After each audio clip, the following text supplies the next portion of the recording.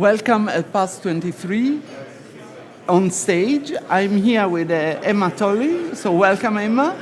Can you tell us about your mini-symposium? Sure. So we organized a mini-symposium in scientific visualization for big data. The idea was to bring together different experts from different domains.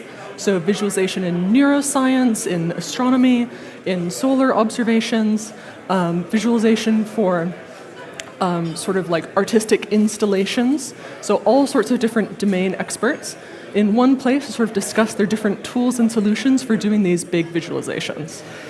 What were the take-home messages after the discussion and the presentations in the mini-symposium?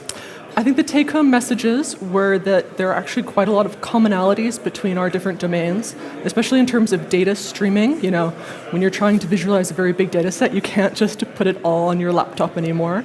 So some of the solutions for doing in situ visualization, where you're trying to visualize snapshots as you're running different simulations, or just trying to visualize big data sets that you can't just fit on your laptop but need to like stream to your laptop, or what are your visualization services.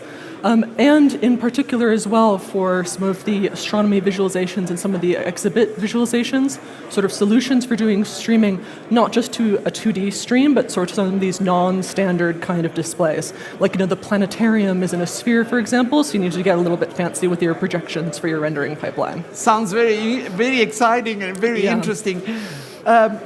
How are you going to follow up after the mini-symposium? So what are the next steps? Great question. So I would like to think that we did quite a lot of networking and meeting people. I know for me, it was my first time meeting some of the domain experts that we invited in person, at least, not on Zoom, which was great. So I hope this can spawn some nice collaborations going forward in terms of like applying new solutions, integrating more data sets into some of these visualization things, bringing in new post-processing or even ray tracing solutions to make higher fidelity visualizations, and then also just going beyond 2D, because there are some people doing really interesting things with 3D visualizations and virtual reality visualizations as well. What did you like of this PASC conference? I think it's been great. I mean, I work in radio astronomy, so it's been really wonderful to see what other people in different domains are doing for HPC.